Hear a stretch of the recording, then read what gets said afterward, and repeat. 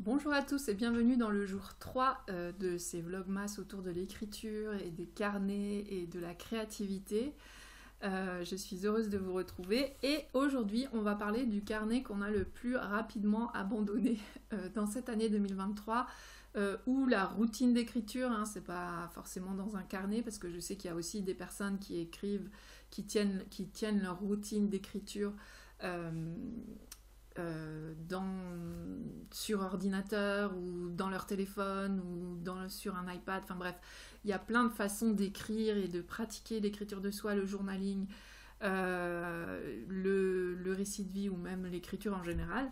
Et donc, qu'est-ce qui n'a pas marché pour vous? Qu'est-ce qui a été vite abandonné dans cette année 2023? Et je trouve que c'est important de parler aussi de ces abandons et de ne pas avoir honte de ces abandons parce que il y a tous les types d'écriture, toutes les formes d'écriture, toutes les routines d'écriture ne sont pas forcément adaptées à notre mode de vie, à notre caractère, ce qu'on souhaite faire dans la vie, écrire, transmettre, s'exprimer.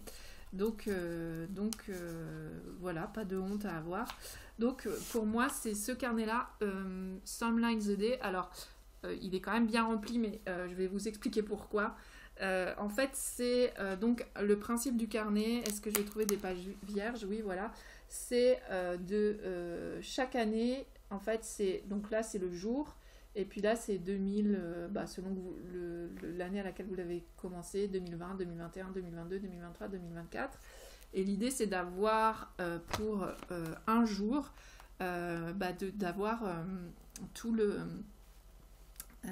récit de vie de chaque journée dans ce carnet.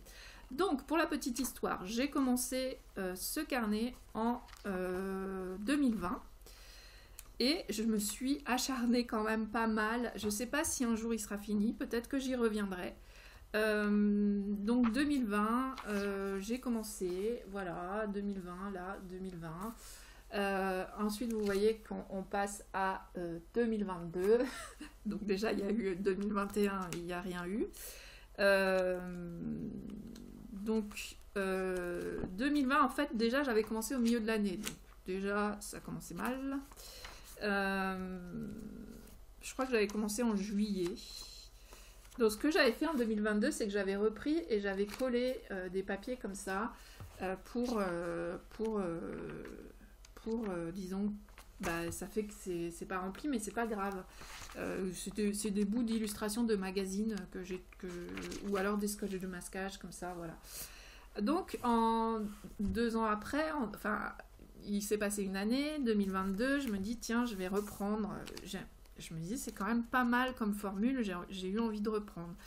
Et j'ai repris, alors un petit peu avant, j'ai repris en juillet, alors que la première fois j'avais commencé le 30 juillet, là j'ai repris le 6 juillet. Donc il faut croire que pour moi c'est en été que ça me démange d'écrire dans ce type de faire ce type d'écriture.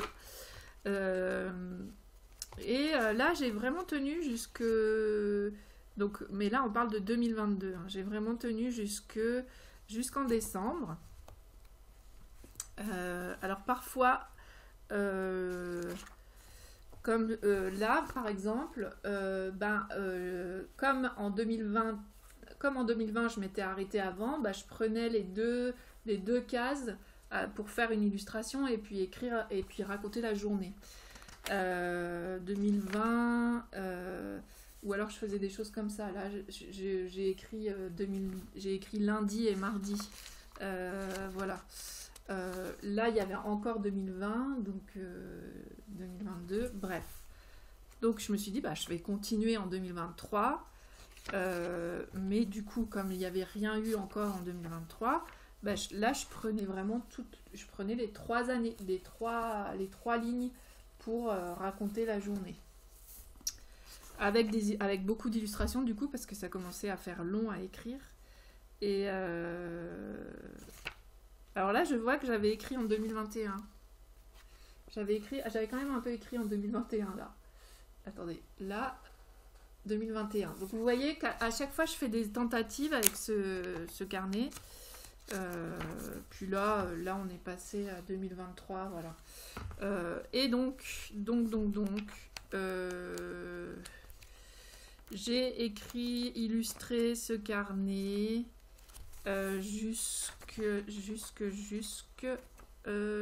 27 février. Non, enfin, il y a des trous avant. On va dire jusqu'au 22 février. Voilà, j'ai tenu jusqu'au 22 février. Enfin, tenu. J'ai eu du plaisir vraiment parce que j'ai vraiment essayé de trouver des façons d'écrire différemment, d'illustrer différemment. Alors à partir de collages, à partir d'images, parfois à partir de choses que je crée moi-même. Comme là, j'avais fait une palette, je l'ai collée. Voilà, mais il y a toujours un moment où ce genre d'album trop cadré, avec trop de... faut vraiment y venir tous les jours, faut vraiment être très très régulier, bah ça fonctionne pas avec moi. Et là en plus, il faut tenir 5 ans, 5 ans dans le même cadre. C'est vraiment des choses qui sont attirantes. Moi, c'est vraiment des choses qui m'attirent parce que je pense qu'il y a j'ai un côté de ma personnalité qui est très carré et qui aime bien ça, mais je n'arrive pas, la vie fait que je n'arrive pas à avoir une routine aussi régulière. Donc soit j'accepte ou je m'arrange pour que c'est pas grave s'il y a des jours où j'y viens pas, et soit je laisse blanc, soit je mets des décos, soit je décide enfin j'arrête.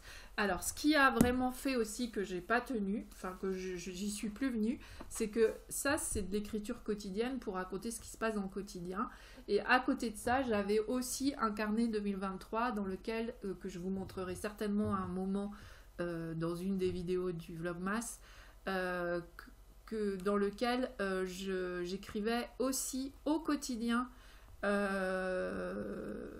le récit de vie de la famille et mon récit de vie. Donc en fait ça faisait vraiment doublon. Donc ça c'est important aussi quand vous décidez quel carnet vous allez tenir, que vous n'ayez pas des projets qui se chevauchent trop. Là en l'occurrence c'était exactement la même chose. Et que vous réfléchissez bien à ça avant, parce que là moi je me suis juste dit j'ai envie de le continuer, et c'est vrai que je sais qu'il n'est pas complètement abandonné, parce que je pense que je le reprendrai pour un autre projet, peut-être juste d'illustration, ou je sais pas moi, écrire un poème par jour, mais quelque chose qui soit vraiment différent de l'écriture du quotidien. Ou alors je fais l'écriture du quotidien là-dedans, mais je n'ouvre pas d'autres carnets. Mais je trouve que moi j'aime bien avoir les carnets à l'année aussi. Donc je pense que c'est aussi la formule qui me convient pas.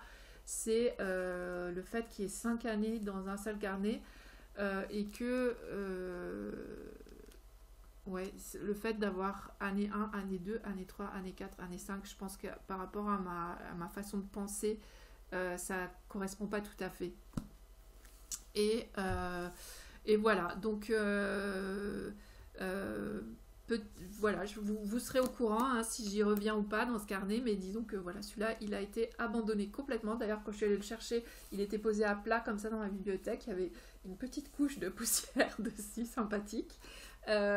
Donc c'est la preuve ça faisait longtemps que je ne l'avais pas touché. Mais vous voyez, quand je le feuillette, parce que je trouve qu'il y a des passages vraiment intéressants, puis il y a des moments qui racontent vraiment notre vie et tout ça, et moi j'aime bien aussi le feuilleter, et ça me donne envie de le reprendre. Là déjà, en même temps que je vous parle, je suis en train de me dire, alors attends, qu'est-ce que tu pourrais faire pour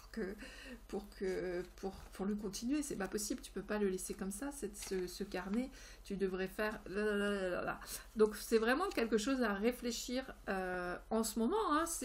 Si vous faites des choses à l'année comme ça, civiles,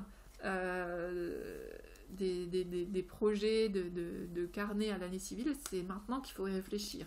Donc voilà, la réflexion est lancée pour moi. J'ai encore pas du tout, j'ai eu vraiment une fin de mois de novembre très très bousculé au niveau personnel. Là, ça y est, ça se calme. Donc, j'ai pas du tout eu le temps de me projeter encore dans ce que j'allais faire avec mes carnets l'année prochaine. Mais justement, je suis très contente de ces vlogmas. Ça va me permettre d'y réfléchir, de lancer la machine à créer dans ma tête et ça sera parfait. Voilà, je vous remercie de votre attention, merci de partager dans les commentaires quel a été le carnet que vous avez le plus rapidement ou la routine, hein. Pas forcément un carnet, ça peut être une routine d'écriture que vous avez le plus rapidement abandonné dans l'année 2023 et puis je vous dis à demain pour la suite de ces vlogmas. Salut!